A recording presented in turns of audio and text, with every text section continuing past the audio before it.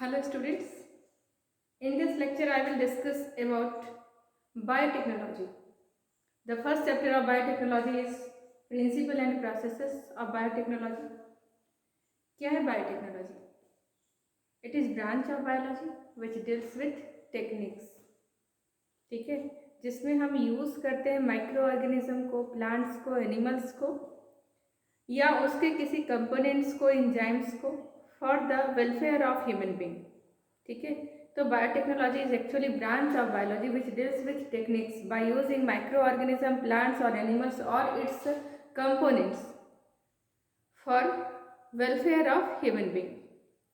Actually, this biotechnology is differentiated into two main parts: modern biotechnology and ancient biotechnology. Ancient biotechnology and modern biotechnology. Ancient biotechnology बहुत पुराना branch है जो कि हमने human welfare में discuss किया था कि माइक्रो ऑर्गेनिज्म को हम लोग कई सालों से यूज़ कर रहे हैं for benefit of human being. जैसे कि मिल्क से कर्ड के प्रिपरेशन के लिए लैक्टोबैसिलस बैक्टीरिया को यूज़ करते हैं तो कर्ड का प्रिपरेशन होता है. चीज़ प्रिपरेशन में, विनेगर प्रिपरेशन में, डिफरेंट टाइप के बेवरेजेस के प्रिपरेशन में, तो बहुत सारे ऐसे प्रोडक्ट्स को हम लोग पहले से ही जानते हैं जिसको कि माइक्रो ऑर्गेनिज्म को यूज़ करके बनाया गया. सो एंशिएंट ब्रांच में हम लोग बहुत दिनों से यूज़ कर रहे हैं क्या, तो माइक्रो ऑर्गेनिज्म को यूज़ कर रहे हैं, माइक्रोब्स को यूज़ कर रहे हैं. जैसे कर्ड के प्रिपरेशन में, चीज़ के प्रिपरेशन में, बोलो बेवरेजेस एक्सेट्रा. तो ये एंशिएंट ब्रांच है. मॉडर्न ब्रांच क्या है, तो मॉडर्न ब्रांच में सिर्फ माइक्रो ऑर्गेनिज्म को ही हम यूज़ नहीं करते बल्कि यहाँ पर हम कुछ टेक्निक्स को यूज़ करते हैं. जिस टेक्निक में हम जेनेटिक मैनिपुलेशन करते हैं और जेनेटिक मैनिपुलेशन के थ्रू जीन का कटिंग लाइगेशन होता है और कटिंग एंड लाइगेशन के बाद हमारे पास कुछ ऐसे ऑर्गेनिज्म का फॉर्मेशन करता है जो कि यूजफुल प्रोडक्ट है ह्यूमन बीइंग के लिए. ठीक है, तो एक्चुअली मॉडर्न बायोटेक्नोलॉजी की इसको दो पार्ट में डिफ्रेंशिएट कर पाते हैं: जेनेटिक इंजीनियरिंग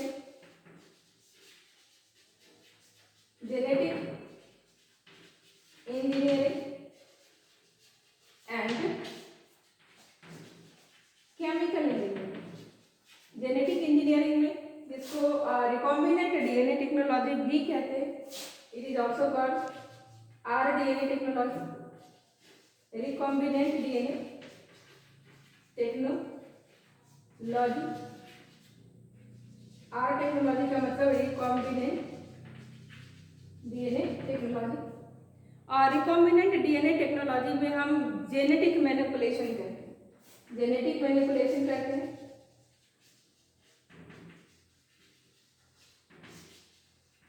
कैसे, तो सपोज हमारे पास कोई डिजायरेबल जीन चाहिए हमें किसी ऑर्गेनिज्म को इम्प्रूव करने के लिए, और सपोज कि मैंगो की दो वैरायटी है, वो एक वैरायटी का ये जेनेटिक मेकअप, दूसरे वैरायटी का ये जेनेटिक मेकअप.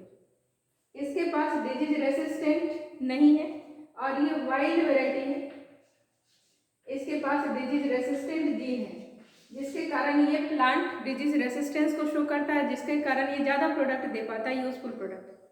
इसके पास ये डिजीज ससेप्टेबल है, इसके पास रेसिस्टेंट नहीं है, लेकिन ये वाइल्ड वैरायटी नहीं है, इसका फ्रूट क्वालिटी अच्छा है, इसकी फ्रूट क्वालिटी अच्छी नहीं है. तो आप चाहते हैं कि इसकी फ्रूट क्वालिटी चूंकि अच्छी है तो ये डिजीज रेसिस्टेंट होगा तो ये कितना बेहतर प्रोडक्ट को देगा. तो इस डिजीज रेसिस्टेंट जीन को अगर किसी तरीके से इसके अंदर इंसर्ट कर दिया जाए तो इसका डीएनए क्या हो गया. सपोज ये इसका डीएनए था, इस डीएनए में इसके ससेप्टेबल जीन को आपने कट करके हटा दिया और उसके बाद इसके जीन को जो रेसिस्टेंट था उस जीन को यहाँ पर आपने लाइगेट कर दिया. ये जो डीएनए इसका बना, इस डीएनए के साथ एक नया सेगमेंट जीन का आपने अटैच किया, यानी फिर से कंबाइन किया इसके जेनेटिक कंस्टिट्यूशन को, जिसके कारण ये क्या हो गया, जिसके कारण इसका जेनेटिक मैनिपुलेशन हो गया और ये डीएनए हमारा क्या हो गया, आरडीएनए, रिकॉम्बिनेंट डीएनए.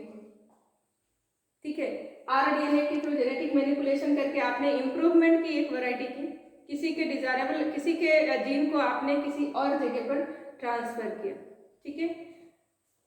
दूसरा है केमिकल इंजीनियरिंग। ये जितना भी प्रोसीजर हम करेंगे, इन सारे प्रोसीजर को करने के लिए हमें जरूरत किस चीज़ की होगी? Sterile medium. तो केमिकल इंजीनियरिंग के थ्रू इंश्योर करेंगे हम लोग स्टेराइल मीडियम को, ताकि हमारे पास जो भी प्रोडक्ट हो वो प्रोडक्ट हमारे पास किसी भी तरह के इन्फेक्शन से बचा रहे, किसी भी तरह का इन्फेक्शन उसमें ना हो, ताकि वो ज़्यादा यूजफुल हो सके ह्यूमन बीइंग के लिए। अदरवाइज वो अगर इन्फेक्टेड हो जाएगा तो फिर वो प्रोडक्ट हमारे लिए बहुत यूजफुल नहीं रह जाएगा, ठीक है। अब इस जेनेटिक मैनिपुलेशन को करने के लिए हमारे पास क्या क्या टेक्निक्स चाहिए, यानी क्या क्या टूल्स और टेक्निक्स हैं जिसके थ्रू हम लोग जेनेटिक मैनिपुलेशन को कर पाएंगे। सबसे इम्पॉर्टेंट बात ये कि आपको आइडेंटिफाई करना पड़ेगा कि डिज़ायरेबल जीन कहाँ पर है। जब डिज़ायरेबल जीन आपको मिल जाएगा तो फिर उस जीन को कट करने के लिए आपको कुछ टूल्स यहाँ पर क्या यूज़ करेंगे? एंजाइम्स। कुछ एंजाइम्स को यूज़ करेंगे और वो एंजाइम्स उस जीन को कट करेगा और उसको स्पेसिफिक साइट पर लाइगेट करेगा। तो उस जीन को निकालने के लिए, उसको डीएनए से कट करने के लिए, लाइगेट करने के लिए डिफरेंट टाइप्स के एंजाइम्स का रिक्वायरमेंट होगा। तो पहले आइडेंटिफाई करेंगे हम लोग, उसके बाद उस जीन को कट करने के लिए, लाइगेट करने के लिए हमारे पास एंजाइम्स का रिक्वायरमेंट होगा, एक ये टूल हो जाएगा। फिर चूँकि हम ये ह्यूमन वेलफेयर के लिए कर रहे हैं, ना कि किसी एक वैरायटी को इम्प्रूव करने के लिए, तो ह्यूमन वेलफेयर की बात करेंगे तो सिर्फ एक का अगर इम्प्रूवमेंट कर दिया, किसी एक में डिजायरेबल जीन को डाल दिया, तो ह्यूमन का कितना वेलफेयर हो पाएगा? इंश्योर कर पाएंगे क्या? नहीं। तो ह्यूमन वेलफेयर के लिए हमें जो भी प्रोडक्ट चाहिए, जिसके लिए इतनी स्ट्रेटेजी बन रही है, वो प्रोडक्ट लार्ज अमाउंट में चाहिए। ये लार्ज अमाउंट में हमें तब मिलेगा जब वो जीन हमारे पास मिलियंस में होगी, बहुत अधिक नंबर में होगी। तो उसके नंबर को इंक्रीज करने के लिए हमें एक क्लोनिंग वेक्टर की आवश्यकता पड़ेगी, यानी एक ऐसा कैरियर चाहिए जो उस जीन को कैरी करेगा और कैरी करके उसके नंबर को डबल ट्रिपल डुप्लीकेट करेगा और इतना कर देगा कि उससे बहुत अधिक प्रोडक्ट हमें मिल सके। तो क्लोनिंग वेक्टर की आवश्यकता पड़ेगी। और उसके बाद हमें एक कॉम्पिटेंट होस्ट चाहिए, कॉम्पिटेंट होस्ट जिसके अंदर वो जल्दी से अपने प्रोडक्ट को दे सकेगा। तो ये मेन स्ट्रेटेजी हमारे पास बायोटेक्नोलॉजी की, जिसमें हम लोग सबसे पहले आइडेंटिफाई करते हैं कि हमारे पास जीन कहाँ पर है, जीन ऑफ इंटरेस्ट कहाँ पर है, और जब जीन ऑफ इंटरेस्ट हमें मिलता है तो फिर हम उस जीन ऑफ इंटरेस्ट को ढूंढ के कट करके बाहर निकालते हैं एंजाइम्स के हेल्प से। जो एंजाइम हमारा यूज़ होता है उसमें मेन एंजाइम हमारे पास रेस्ट्रिक्शन एंडोन्यूक्लियस है। रेस्ट्रिक्शन एंडोन्यूक्लियस को हम लोग डिटेल में पढ़ेंगे। रेस्ट्रिक्शन एंडोन्यूक्लियस एक खास तरह के सेगमेंट जो डीएनए के पास हैं, जिसको पैलिंड्रोमिक सीक्वेंस कहते हैं। तो पैलिंड्रोमिक सीक्वेंस ऐसे सीक्वेंस को कहा जाता है जिसको लेफ्ट और राइट से पढ़े तो सेम पढ़ते हैं। आपने मॉलिक्यूलर बायोलॉजी में पढ़ा था कि हमारे पास GAATTC